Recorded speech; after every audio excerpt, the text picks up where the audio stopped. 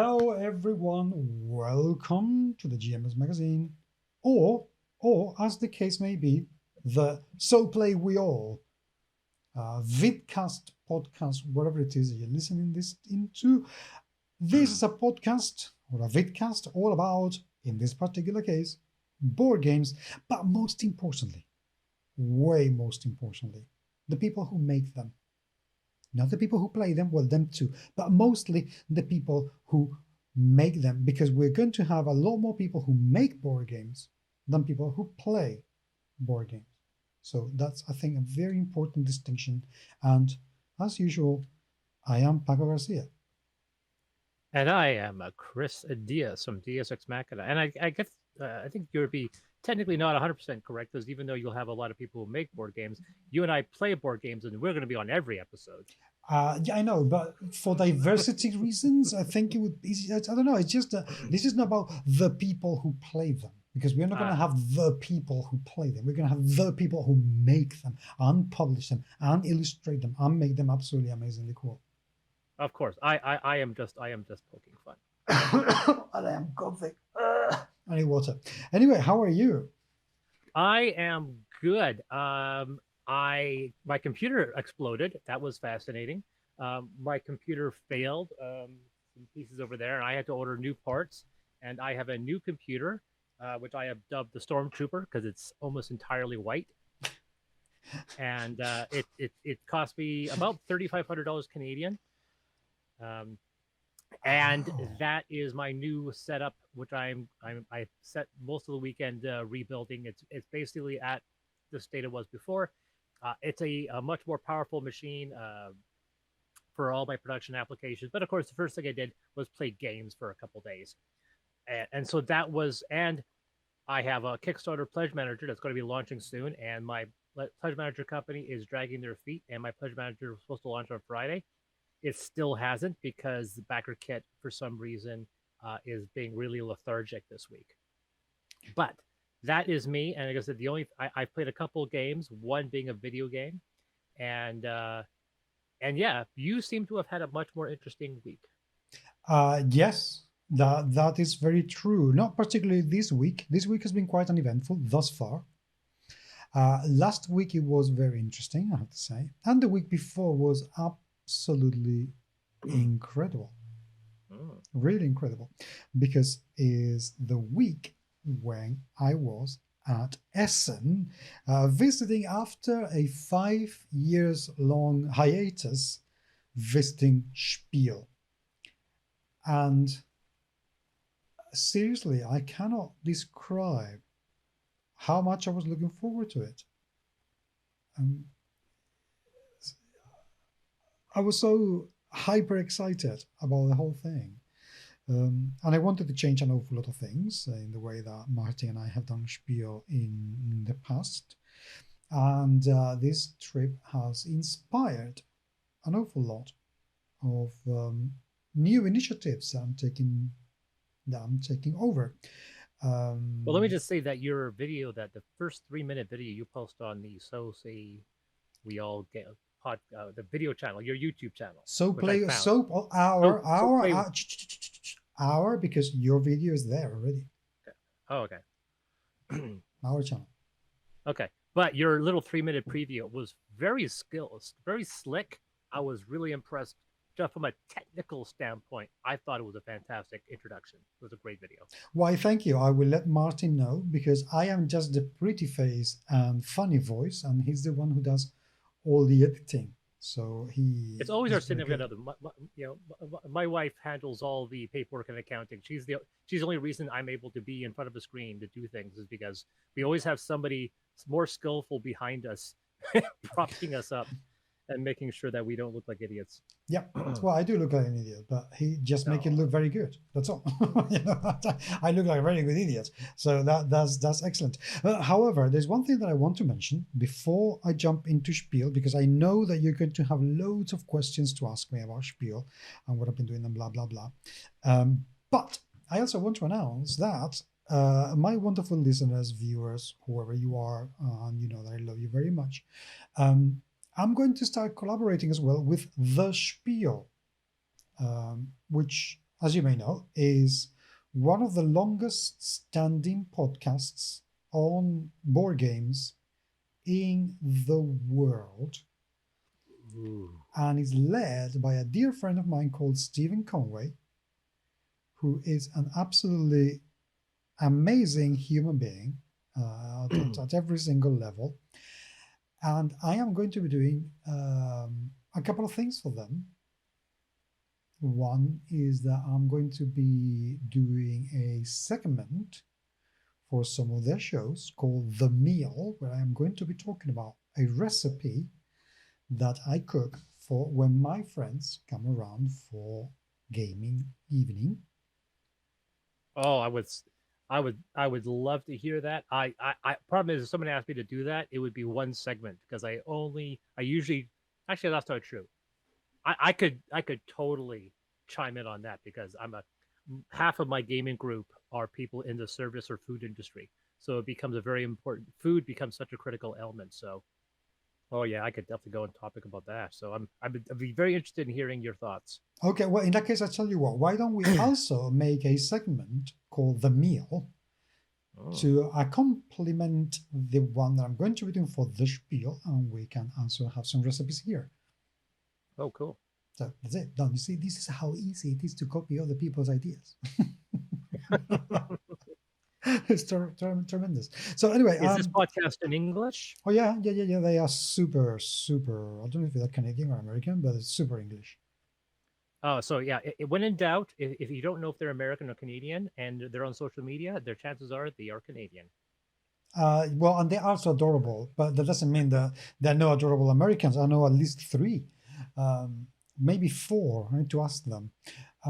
So It's yeah. just humorous that a large number of the top sites on YouTube are actually Canadian. In fact, the number one most subscribed channel in the world on YouTube is Canadian. Well, I give you something. You tend to be a lot very charming, and secondly, man, I And don't know. very apologetic. Well, so are the Brits, so that doesn't count. Sorry, the Oh, Brits are way more apologetic than you, but you do have Tatiana Maslany, and as far as I'm concerned, that's it. You know, if a country has to be saved in the apocalypse, it has to be Canada. So Tatiana Maslany can go on forever. she's a delightful. Oh, What a delightful show. she's just amazing in everything she does. I adore her, absolutely adore her. So, anyway, so I'm going to be doing that for them, which is absolutely brilliant, and I am super, super excited, and I am hoping to help them with the Spiel Foundation, which you don't know what that is, do you? No, yes, Nope. nope. Okay, well, they have a foundation, which is a charitable organization that is dedicated to provide and ship games to organizations and parts of the world that are disadvantaged.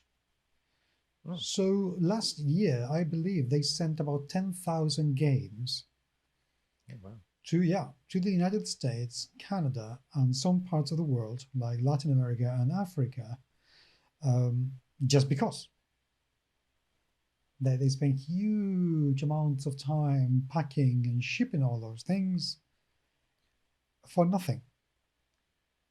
I couldn't help but make the observation where it's just like we're sending board games to impoverished nations like the United States.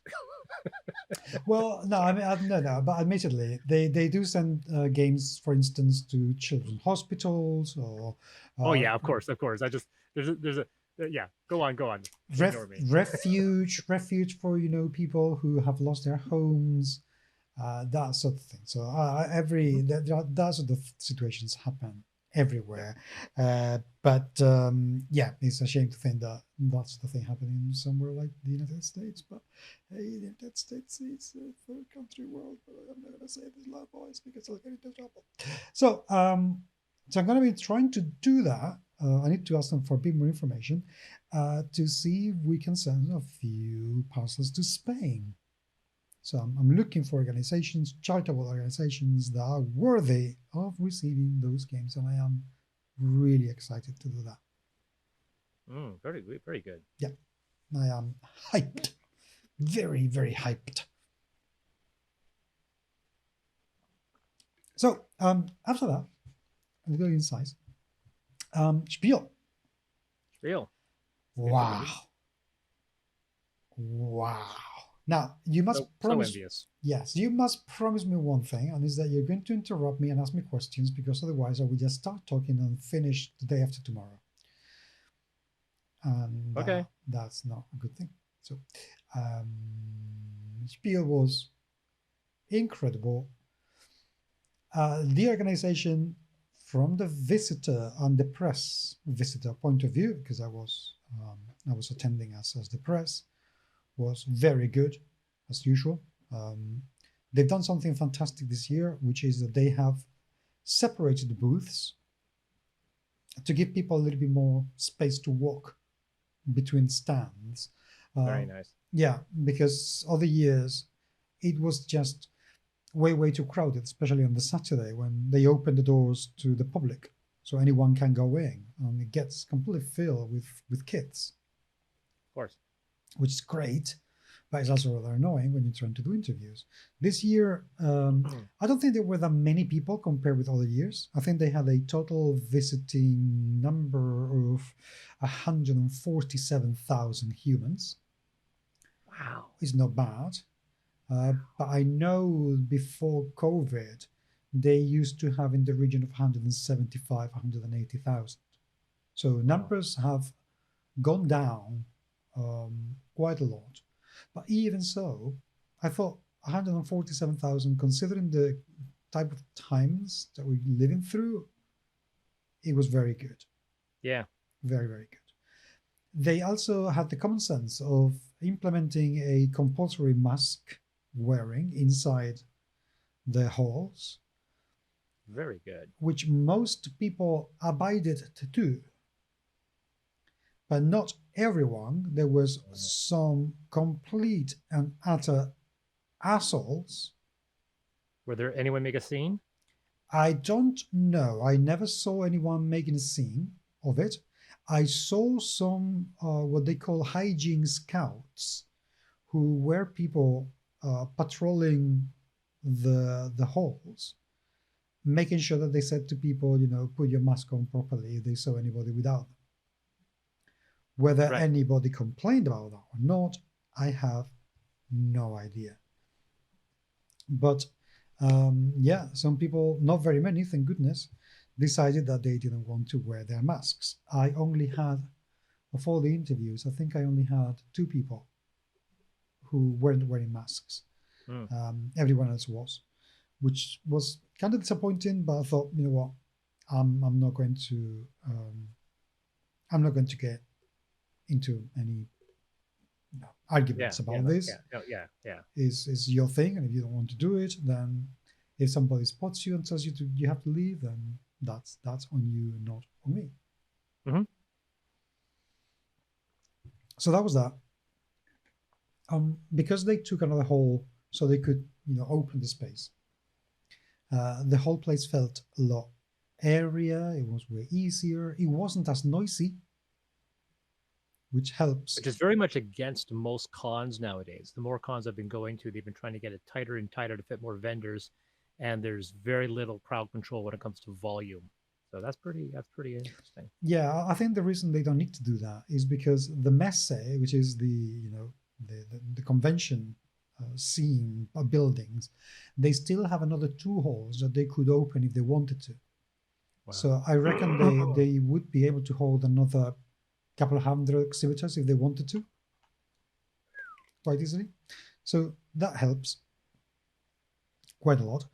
They had good food and, most importantly, good coffee. At a convention? Yeah. Wow. Yeah. You have any idea what it is to ask for a latte and not feel that you're actually having sewage? It's like, and when they had good food, I assume it means they have more than chicken fingers and French fries. They had burgers, kebabs. They had pommes frites, quite a lot of them. They had, what else? Pizzas. And even there was a cooked meal place, sort of thing, with curry and rice dishes. Oh. That was, I mean, really, I have never seen them so well prepared as I've seen them this year. Really nice. Even the toilets were clean, which, as far as I'm concerned, that is the litmus test of efficiency and looking after the people going to a convention. If you go to one of these places, which is that crowded, and the toilets are clean, Yeah, so many places looks like a bomb went off. yeah, not this time. You know, gold medal, Olympic gold medal to these people. Amazing. So, that was the whole organization thing. Now, Martin and I decided that we wanted to do things differently, and instead of interviewing the hotness, we decided, which is something that I want to reflect on the new YouTube channel, which is why I've opened So Play We All. I'd rather go for the games that nobody else knows. You know, everybody talks about the Gloomhavens and the Wingspan and the Everdels and of this world, and you only have to clap, you know, snap your fingers, and you have 1,000 videos about those games. Yeah. I don't want that. I'm not interested in creating content for that. I'm interested in creating content that's going to showcase games that usually nobody pay attention to, and we are missing out. Yeah, exactly. So we decided, because the best ideas in board gaming are coming out of Asia. And yeah, I will, we were talking about that earlier. Yeah, I will die on that hill. I was looking at the big booths, you know, the Stefan Fells and the of this world, and I was thinking, I am not interested in these games. So many pieces, so many boards, so much flashiness and color to play something that I've already played before. I've already played, you know, worker placement games. I've already played Euros and the Ameritrash. Why would I want to play another? Yeah, you bring up an interesting point. It's not necessarily the fact that I guess maybe it deals with certain aspects of isolation that a lot of the games I've been playing from Asia are trying to be very novel mechanically. And I was going to comment the fact that um, the one big board game I played this week that eventually we may get to talk to was a game that is considered one of the biggest titles this year, and it is incredibly derivative, which is not necessarily a fault, but there's nothing original in the game mechanically. Exactly, and I have to say, it doesn't mean that the game is bad. Okay, I don't want people to think or feel that I am bashing games just because they are popular and, as you said, derivative. Not at all. You know, I don't think there's anything wrong in taking a game that you've already played, decided that you could make it better and make it better. But at the end of the day, it's a game that you have already played. And I'm sorry to say, but an awful lot of these games are very derivative. You know, how many Agricolas have we played? Just from the same guy. You know, I am not interested. And I have nothing against those games at all. And if you enjoy those games, you are amazing. And that's absolutely brilliant.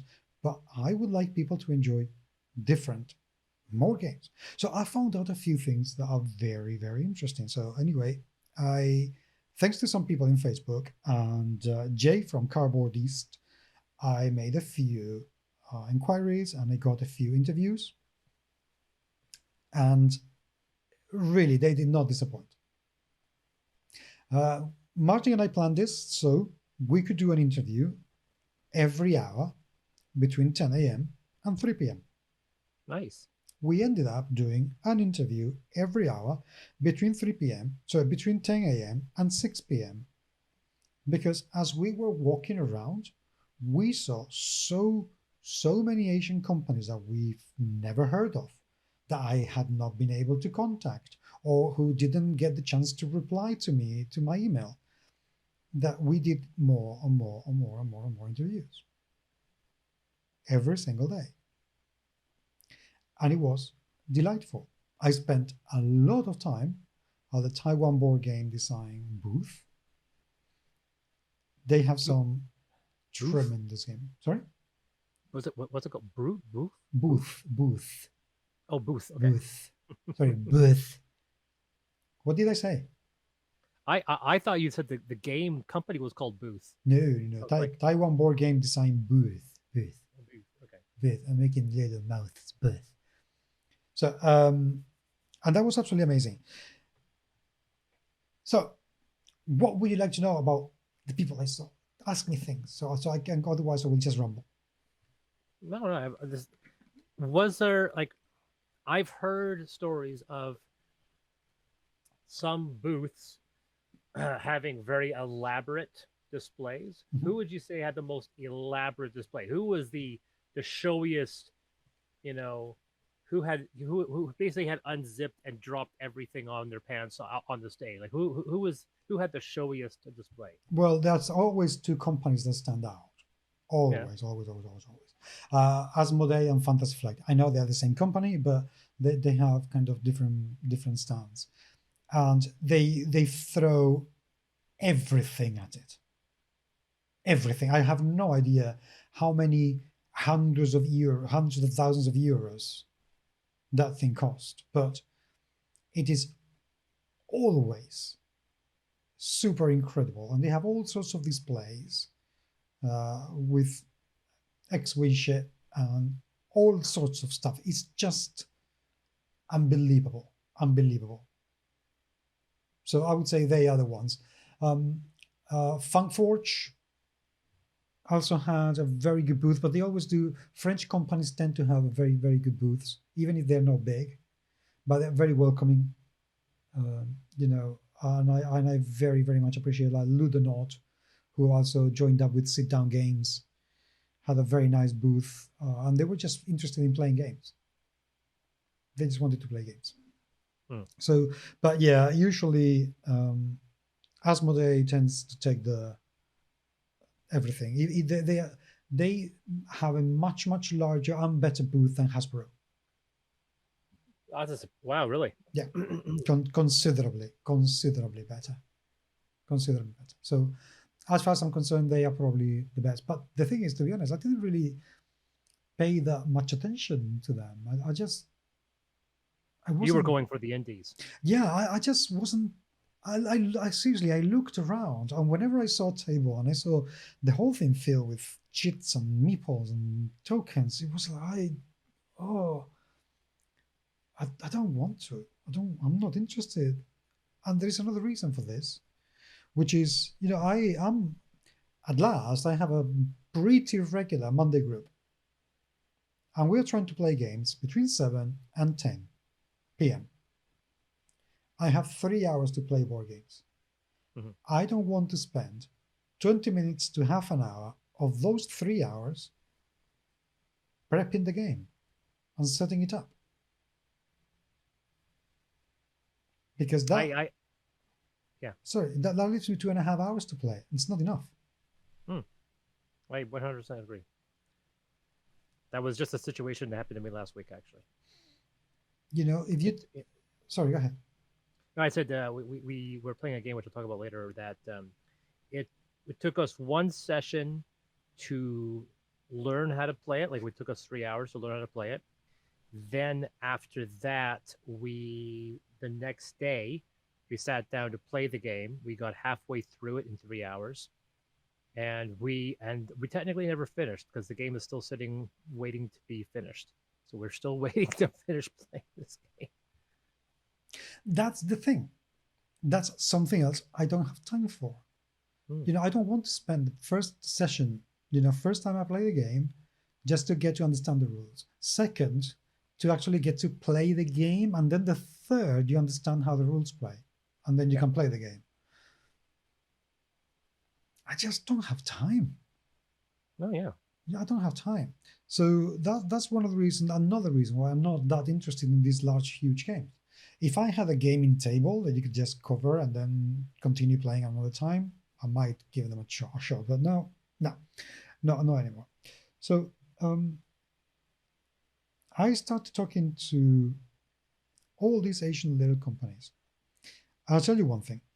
Something else that Asians do way, way better than us Westerners in their games is that they really reflect the theme and their culture incredibly well.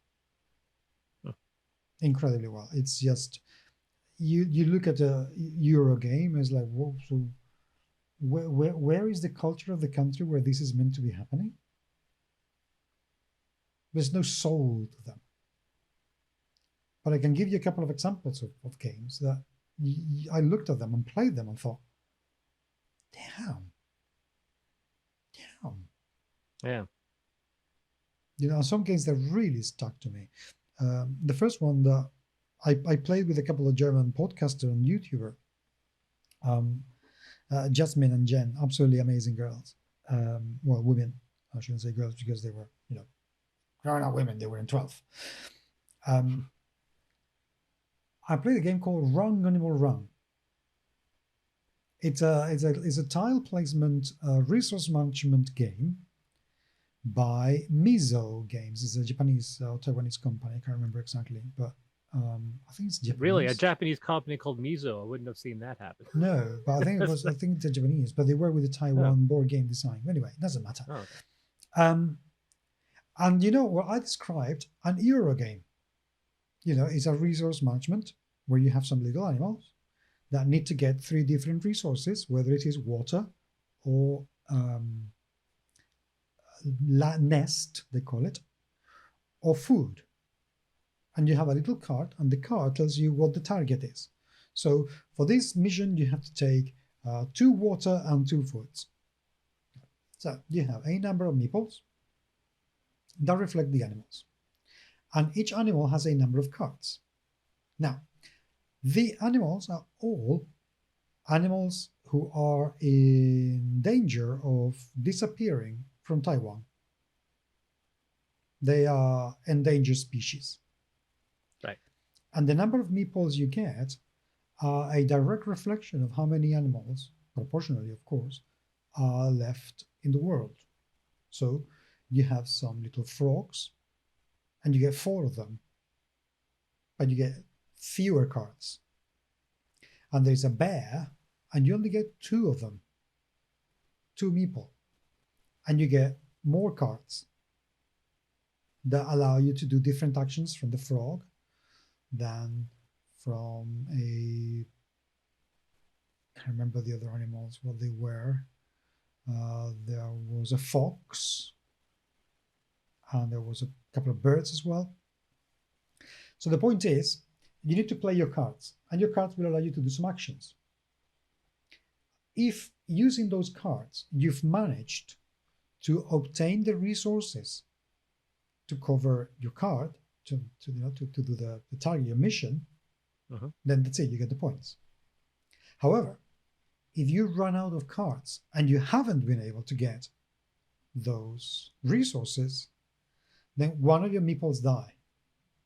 Oh, really? Yeah, and it literally goes to the graveyard. And this is to reflect how not getting the resources that the animals need to live actually kill the animals. Now, at the end of the play round, you have to roll 2 dice. One of them is going to give you the number of the tile, and the other one is going to tell you what happens to that tile. So at some point, the tile is going to be flipped. If you flip the tile, that means that humans are intervening in that area of the land, the wood, the forest. And suddenly you can get fewer resources from there. So it is harder for the animals to get the resources they need in order to survive. So as the game goes on, from being able to get 3 resources in a tile, you can only get 1. And if the die happens to fall once again on the same tile, then you place a block of cement, and that means that that part of the forest has been built upon, and there are no more resources for the animals. They can still jump in, but they cannot get anything from there. Right. When that's happened a few times, believe me, you struggle. And when you have three animals, three foxes, for instance, and you see one of them die and go into the graveyard, and you think this is actually what's happening to these animals in real life. Ouch. That's fascinating. Once again, going into the game, I'll talk about later. So yeah, what's this game called again? So people know. Run, animal, run. I will send a link. It's very good. It has an issue, and it's that you have to re-roll the die way too many times. You know, at the end of the day, we ended up a bit, oh Jesus, you have to roll the die 4 times before you can go to the next player. It's a bit too many dice rolls. But as an awareness kind of game, wow, big massive wow. I saw another game from Mandu. I love the first review. Sorry, before you go change that, I'm looking at the first review for Run Animal Run, and it says incredibly cute, very sad game. Yes. It is very, very true. I think it's, unless you're a heartless moron, it would be impossible not to be moved by this game. It's just, you know, and I thought, I didn't manage to get a copy of it, but I thought how amazing it would be to do a giveaway or some sort of competition using different animals from all over the world. Yeah. Because it's just absolutely terrifyingly moving. So that was that. Then there's another game that I really liked called Reflecto from Mandu Game. Yeah. And that was very interesting. I think that it's a bit overproduced, but it was very interesting because you get a few little stands, and on some of those stands you can write. So you write either a syllable or a letter. But in 2 of the stands, and you put them, you know, as if they were in a checkers kind of game. I'm looking at the image now. 2 of those stands, they have little mirrors. So the idea is that you have to be moving your little stands to place them in front or behind the other players, so you can see the reflection of the letters that they've written and make up the word. Wow, really? And I thought, holy cow. That's fascinating. I haven't seen that before. You know, I thought, such a simple concept. Now, that is new. Yeah. And don't get me wrong, maybe you play that. I mean, that's a game for the younger members of the family. Maybe you play as an adult, you play that game twice, perhaps 3 times, and you get a bit, okay, I'm not interested anymore. But as a concept, as an idea, hands down, amazing. You know, and you can explain the game. Literally, it doesn't take any more than what I just explained to play it. Yeah. It's that simple. That simple. So that was another one that really stuck to me. Unfortunately, they didn't have enough copies, so I couldn't get one. Which is... I was going to be my follow-up question is, what games did you bring home with you? Oh, my God. I brought home about, I think it's 47 games. But unfortunately, they're still in transit. There is a game, though, that I bought. This one I bought because I thought I couldn't get to interview the designer because he was so busy. And I didn't want to go out there and say, oh, give me a review copy without doing nothing for you. I thought that would be a bit, no. So I bought it. And it's called So You've Been Eaten. So You've Been Eaten? Yep. Now, this I found interesting, and it was a Western game. So, what is this all about? Listen, Chris, you and I are astronauts, but not just any astronaut. No. We are miners. And we need to mine the most precious, rarest minerals in the universe. Now, guess where they are? Inside something? Exactly. Inside a beast. So how it's an enormous beast, super powerful. You're not going to kill it, because also if you kill it, then you cannot keep mining these minerals, these beautiful gems. So what do you have to do? You have to go through the mouth. That beast has to eat you. And once that beast eats you, you're going to be in their intestines. And you have to go through the intestines, fighting its immune system as you try to mine for these gems, of course, competing with other astronauts. Of course. I absolutely love the concept. You know what it is that I loved the most about it? What's that? Guess what happens if you don't get any, well, if you get any minerals and you survive, or if you don't get the minerals and you survive the immune system. I don't know what. You get crapped? Yes. How are you going to get out of the beast? Oh, God. Literally, you become a piece of shit.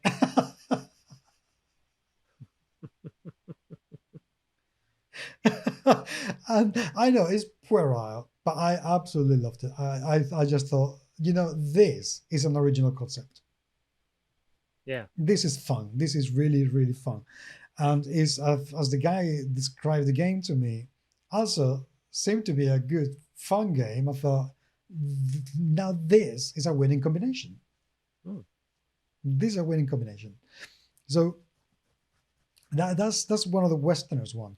I also Westerners. I bought Preconception by Ludonaut, and this is a game. Is a racing game, and I don't know exactly how it works. I don't care. I bought it because it's from Ludonaut, and they are people that I appreciate very much, and they do fantastic games. In fact, I think they've won the Kennel Spiels, the Jars twice already. With Colt Express and with Wood something or other that's happened this year. So if they publish it, I buy it. That's it.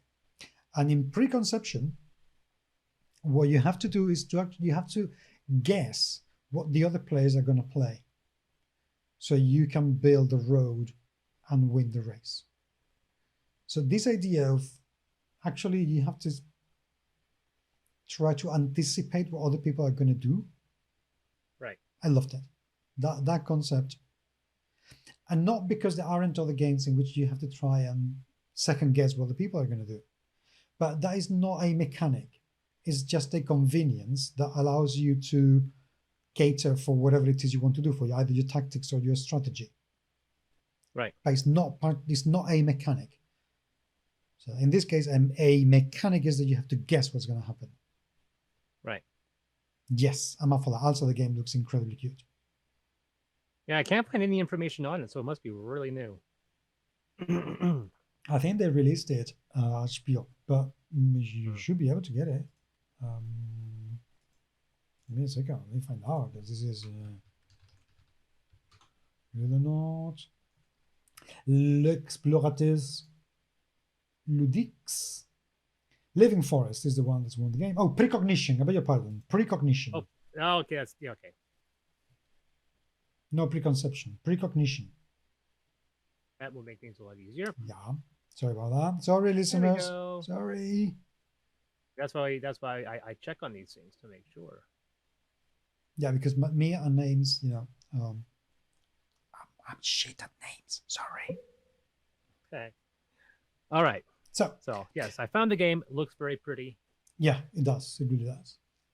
But pretty much anything coming out of France is very pretty. Funforge did incredibly well with Tokaido Duo. They sold out within the day.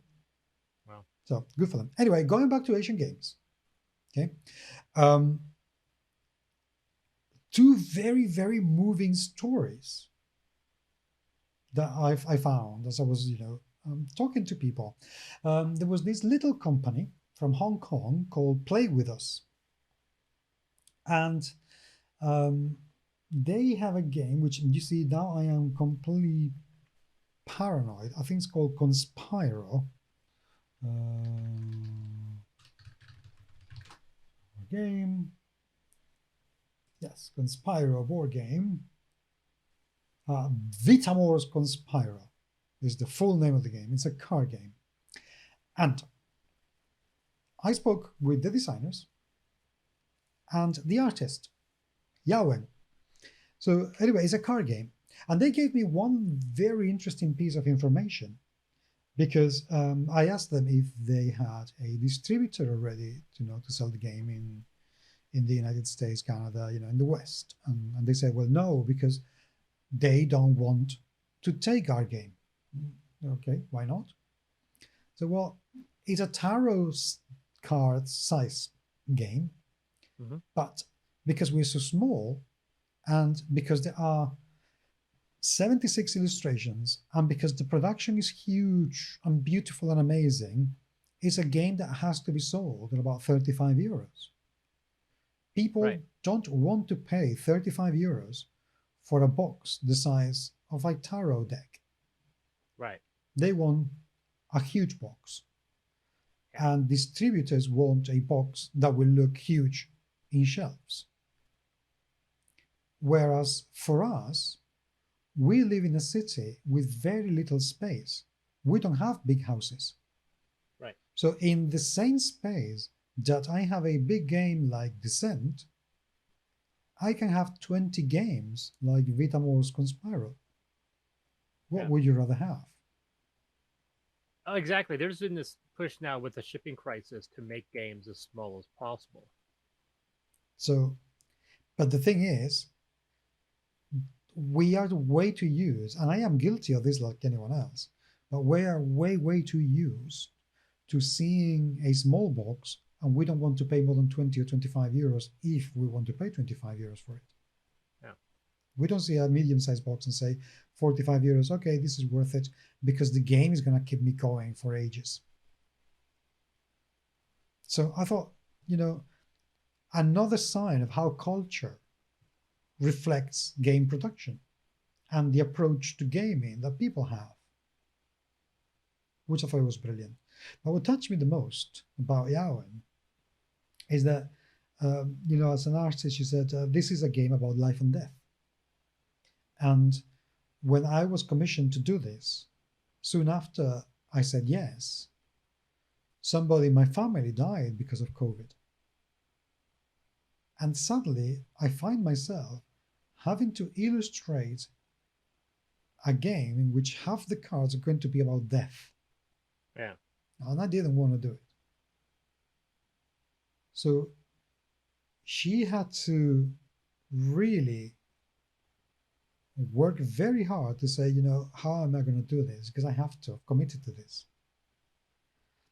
And she's created some absolutely stunningly beautiful illustrations of death that are colorful, that are not a downer. They're not necessarily sad. Yeah. And I thought, why can't we hear more stories? I mean, not that I want people's family to die so they can have an epiphany and have an incredible art project. Not at all. Please don't think that, anyone.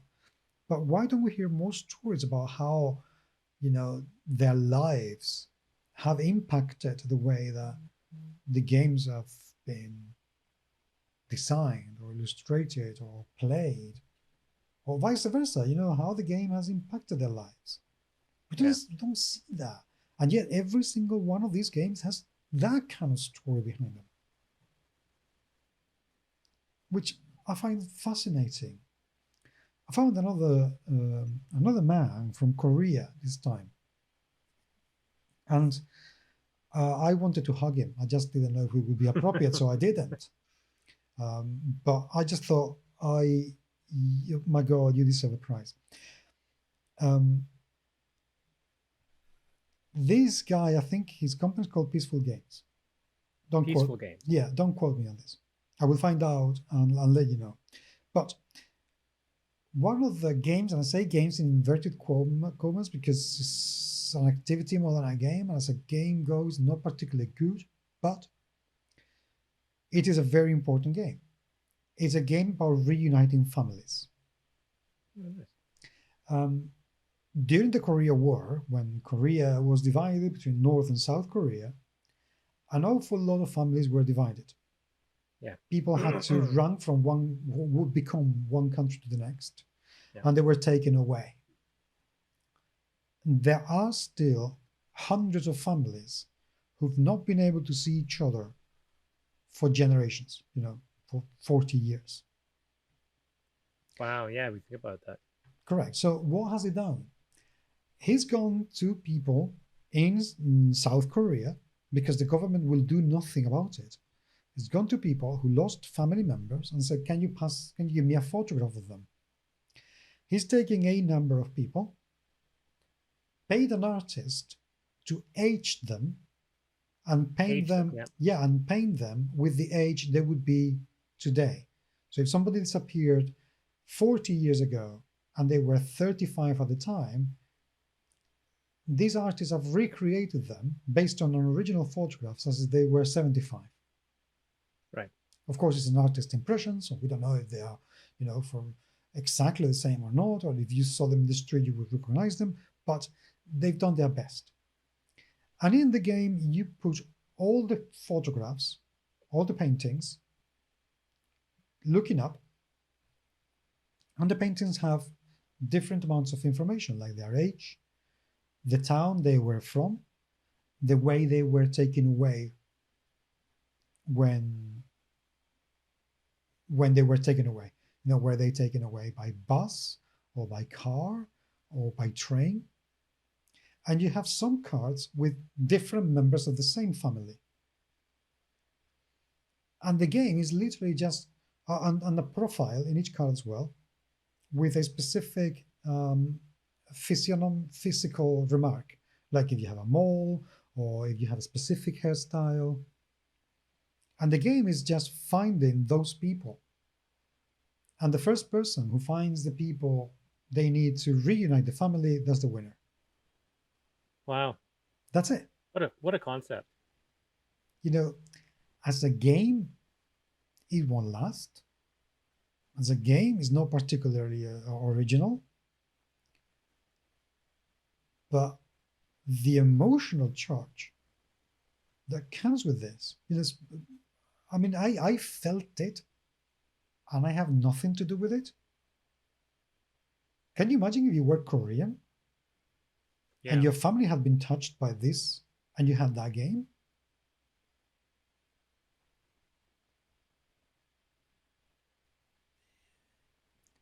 It was amazing. So he gifted me a copy of the game for which I am incredibly grateful, and I'm going to treasure that forever and ever. And then things became better because he has another game called Peace Postman.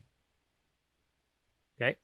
And this is based on a real life person. This is based on a postman who used to go undercover between North and South Korea to those families who've been separated, delivering letters to those families underground. Yeah, they should make a movie of this guy. Correct. Underground. Can you imagine what it is to go to North Korea with a bag of letters for people who are not meant to have those letters? And this guy went there delivering them for free. He did it for nothing.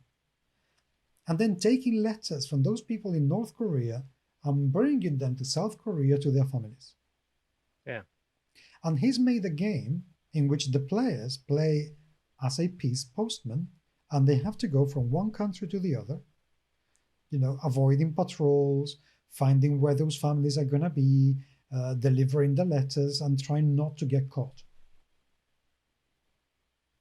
No conflict. Player versus player conflict. It's all about surviving that journey time and time and time again.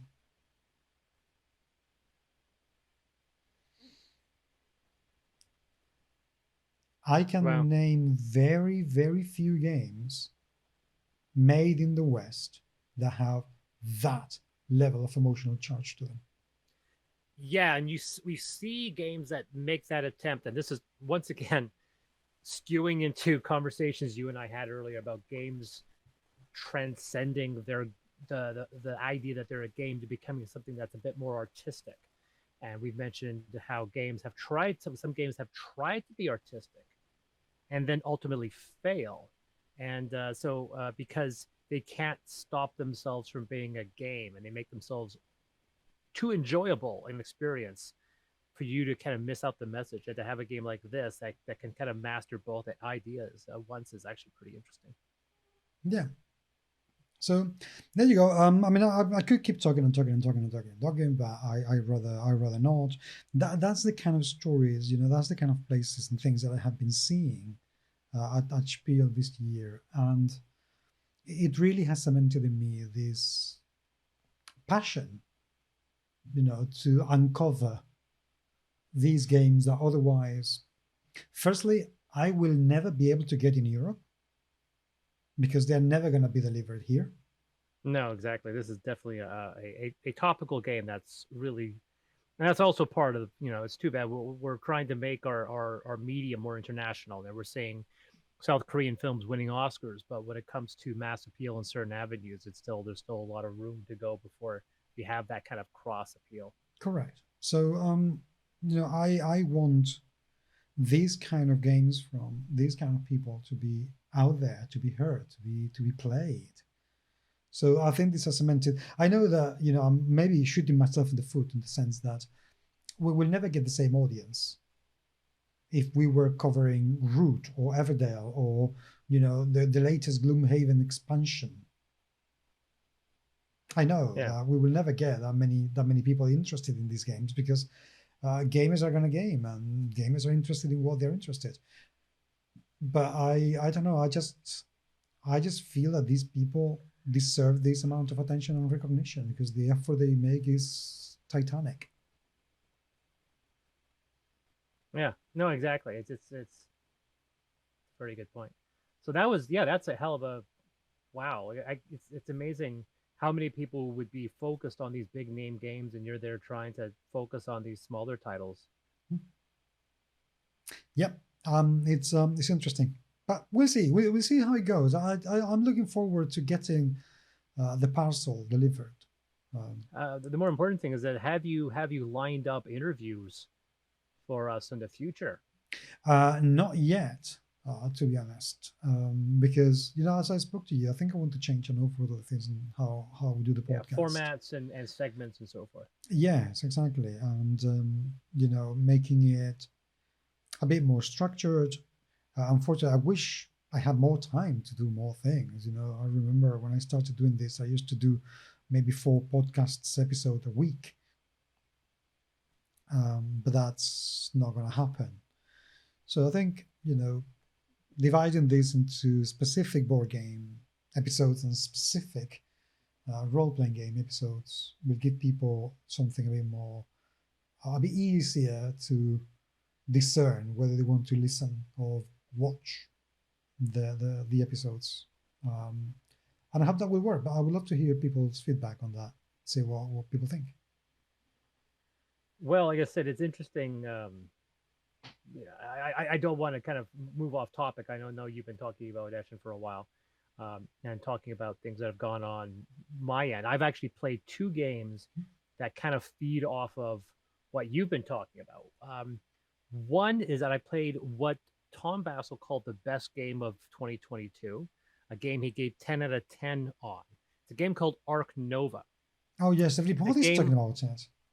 Hmm? Everyone's talking about that game. Is it really that good? Yes, it is the wingspan of 2022. It's the game that's very hard to get because the developer did not realize it was going to be that big or that successful. What it is a build your own zoo simulation board game. Okay. And I was talking about earlier about the fact that this game has virtually no original mechanics. I think Rise of the Ganges, I think it takes off some elements. The Civilization board game, it rips off a big element from Civilization, and a huge core component is directly lifted off of Terraforming Mars. So a lot of people say this game is about 50% Terraforming Mars and then 50% 3 or 4 other games. but a large chunk is terraforming Mars. The difference, of course, being instead of the group working on a communal hex board, everyone has their own hex board. A game that I felt it was also similar to was Dinosaur Island. So if you took Terraforming Mars and Dinosaur Island and slammed them together, you got Ark Nova. And it's a very, very good game on the surface, but this accusation that it somehow supplants Terraforming Mars, I think is naive. I think Terraforming Mars is overall more enjoyable. There's more legs to Terraforming Mars. Um, I think Terraforming Mars is a bit more refined just because Ark Nova, like I said, even though we had all played Terraforming Mars, it still took two of our gamers almost 3 hours to learn because the game was so intricate. And on the second day we went to playing it, we still had to reference rules because each card never really, a lot of cards never fully explained themselves. So you have to go to a reference to get it properly explained. No cards in Terraforming Mars needed to do that. Mm. There were some things that were unbalanced, but there's never a point where you look at a card and go, I have no idea what this card says. In Ark Nova, there are cards where I'm literally confounded of what it's trying to convey. But what we were talking about earlier, the fact that you have to be kind of interested in the theme because it deals instead of terraforming cards for Mars, it's basically animal cards and conservation cards. So it is a game that plays off of the idea of building a zoo, filling that zoo, and then eventually potentially sending some of those animals back into the wild through conservation. Now that seems like a valid and a kind of morally justifiable game. It's like it's not about grabbing animals and entrapping them in a zoo. It's more about the better zoos, the ones that are more or less basically ways to keep animals reproducing, to try to put them back in the wild and so forth. The issue is so far having played half of the game over the course of 2 days, which is itself ridiculous. The game is obviously far too long, considering that we could wrap Terraforming Mars in about 2.5 hours, but we know that game. I want to play this game again before an official review to see whether or not we can get it done in under 3 hours. This was a 4-player game, but I guess considering that I'm looking at the game now, I'm like, after a 2.5 hour game session, and I'm like, I don't think we're even halfway through, or if we are, we're just halfway through this game because we are not even close to getting the end trigger. The other thing is that the game's theme is very much yes, you do have a hex board on your side, you're buying enclosures, and once those enclosures are filled, you flip that enclosure over to indicate that there are animals in there, and you have animal cards on your left hand side. However, the mechanics of conservation and returning animals to the wild is so abstract. There's no part of me that's like, oh, so this is how this whole operation works. It's a system where they've taken the theme of running a zoo and made a game around it, but the game's mechanics were so intricate, a lot of the theme gets lost in the kerfuffle of the mechanics. So far, I will say that it is in no way a game that it's not bad in any way. I want to give it a bit more time and finish playing it so I can get a proper review. But to say that this game is replaced with something Terraforming Mars, I think is kind of is incorrect. So that's basically what I've been playing, Terraforming Mars. I have not played the game we did an unboxing for on our channel. The Angel Fury is a game I'm very looking forward to playing, but we dove into to Ark Nova instead. But I'm hoping to get back into Angel Fury and have a review up in a little bit. The second game I played, which is something where I'm breaking out of our rhythm to talk about, is a game where it is closer to what we were just talking about, a game that did resonate with me, where its theme and its impact, where they compromised the game for the artistry of the title. This is a video game. This is a video game that's been in development for 8 years. Wow. It's a game called Scorn. Right now, a lot of people are talking about it because of its content, because of what it does, and as a result, it's been getting a lot of mixed reviews from people who despise. There are very few people that I think are going to say, it was okay. You're either going to love this game or you're going to hate this game. But those people, and I'll try to get through this really quickly as to not waste time. But first of all, to get into it, is this a good game or a bad game? is almost impossible to answer. And if someone asks, "What's the game about?" Well, you have to look at the name.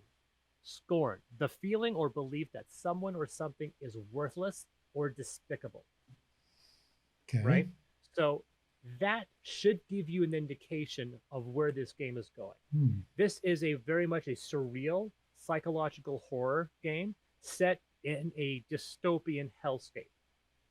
It uses um, a artist who I'm going to pronounce incorrectly, so I'm going to bring it up and I'm going to try to pronounce him. And and Polish. He's a Polish artist, and he's a surrealist. The other guy I know very very easily. Um, his name's Zabinski or Bedinsky, and he's a surrealist artist that makes nightmarish images. Very much a yellowish, reddish tones, a lot of dead bodies. One person crystallized his idea, saying the fact that in the world of this Polish surrealist artist, um, when somebody dies, they don't erode, they calcify, they sustain, and so anything that's dead just stays there. But landscapes disintegrate and things are just crumbling. The other artist is H.R. Giger, which a lot of people know because he designed the creatures for Species and Alien and a whole bunch of others. He is known for doing a lot of sexual imagery in Geiger's universe.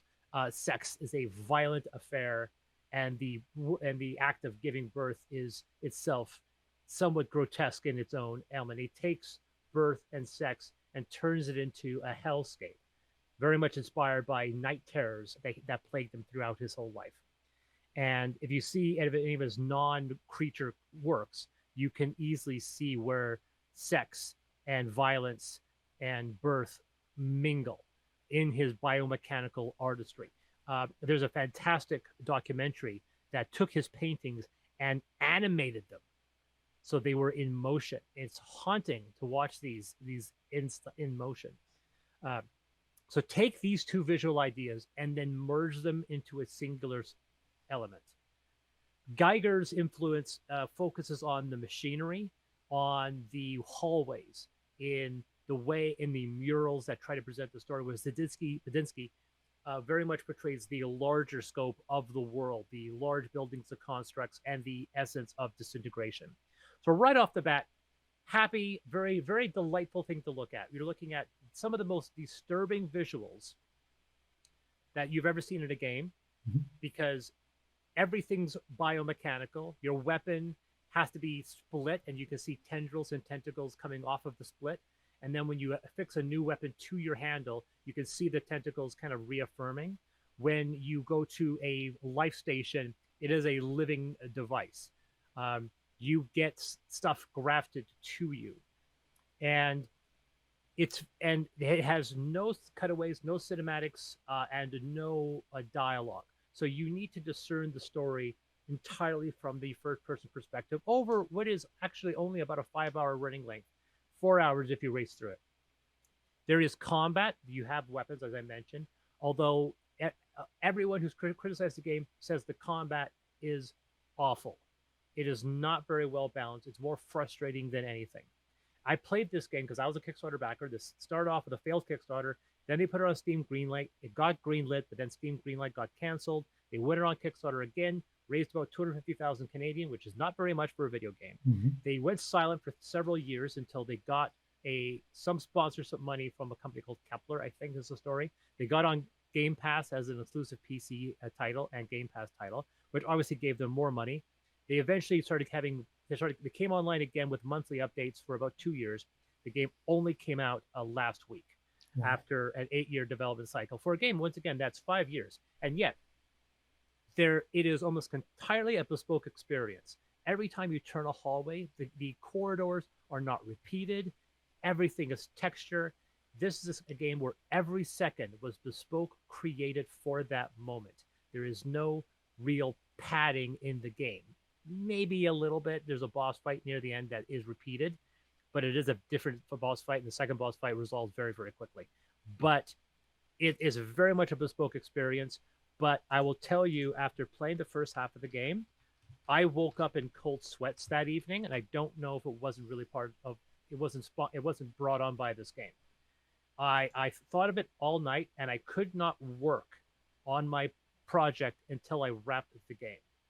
And the game was very frustrating, and it concluded into a fashion where I had to go off and write a 3,000 word essay, almost for myself, that details what I thought the literal narrative of the game was. What's the story? This is a decaying future Earth. We've embraced biomechanical technology, and we have become obsessed with reproduction, and that reproduction creates life, which then we can then utilize as power sources to run machines, create cyborgs, create machines, and then that as a result strays us away from traditional reproduction to the point where the human race starts to fade away. And when the story begins, it's very clear that this civilization has already died and is disintegrating when this character, who seemingly is birthed out of a wall, has to try to find some salvation. And it is haunting. I won't go into too details, but I want to read you my official review. If you want to give me a 2nd. Mhm. This is what I said. Visually, Scorn is a marvel, with nearly every moment being bespoke with little noticeable repeating terrain. There is so much visual language, and I am shocked Ebb Software was able to complete an experience like this with such few people. One of the most breathtaking games I've ever played and will ever revisit. But here is the crux of the review. I'm starting to believe more and more that this title, which is the closest thing to an art piece I have ever played, is about futility and needlessness.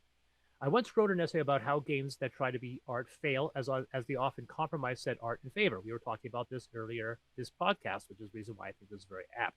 Um, and I talked about This War of Mine, which is a game, the board game, which I felt compromised its art for the sake of the game. Um, I know that may come off as odd, but whatever. The world of Scorn is dead, disintegrating, the result of the ineffectiveness of humanity to prosper. Sprinkled throughout its runtime are moments pointing to a desperate civilization trying to survive but ultimately failing. Some link to a hive mind only for that mind to fail. Machines stop working. The land is lifeless. When some evidence points to this coming from war, the ultimate truth may originate with something far more pathetic.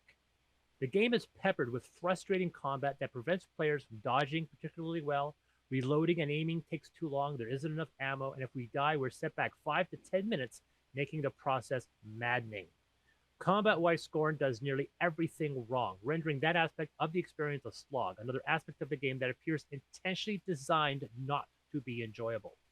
While often gratifying to solve, most puzzles involve grotesque imagery of some kind, many involving the death or maiming of an innocent creature, sucking the thrill of success from most of us. We follow one character as they attempt to survive the experience, only for them to die in the first act and be turned into a parasite that will spell doom by the game's conclusion. The game revolves around disappointment and futility and makes that point by rendering its very gameplay unsatisfactory. It's one thing for a game to make us sad or angry. While the scares of horror can often lead to catharsis and endorphins, Scorn circumvents familiar tropes by presenting itself not as much as scary and more disgusting and unsettling. Everything else is made to be disappointing. Do you want good combat? You're gonna get disappointed. You want a straightforward narrative? You're gonna get disappointed. Do you want a satisfying ending? You're gonna get disappointed. And the few answers Scorn does reveal are less fascinating and more depressing. Not tragic, just banal and pathetic and heartbreaking. And to cap the experience, most of the game tracks the progress of what can be considered the main character as they suffer through punishing combat and disturbing puzzle rewards to reach a potential happy ending, only for everything to get much, much worse. Now, was that a spoiler? Is the Titanic sinking at the end of the movie? If you honestly thought Scorn could ever lead to a satisfying conclusion, you're naive. From the game's first moments, you had to know it was never going to end well. Now, even though I played nihilistic and depressing games before, like Soma, which is a fantastic, one of the best games I've ever played, I often return to them to re-experience the story, even if it's just in the form of a YouTube walkthrough video. I found playing Scorn so unsettling that I can't see myself ever playing it again. And the thought of even watching a playthrough is undesirable. And it took a whole day of completing it before realizing that this was likely the developer's intent. Now, in that regard, they succeeded. So technically, this game is a recommendation, but you have to know what you're getting into. That's my review for Scorn. Wow. The thing is, funnily enough, you've actually made me want to play it. You've Yes. made me so curious about how can something be so intentionally horrible and still be good. Yeah. Like I said, there are no jump scares in the game at no point. But it is, one person said the fact that some games that are horror titles, they go through a roller coaster. They give you highs of scares. Then you get resorted to a little bit of calm. Someone does this a lot.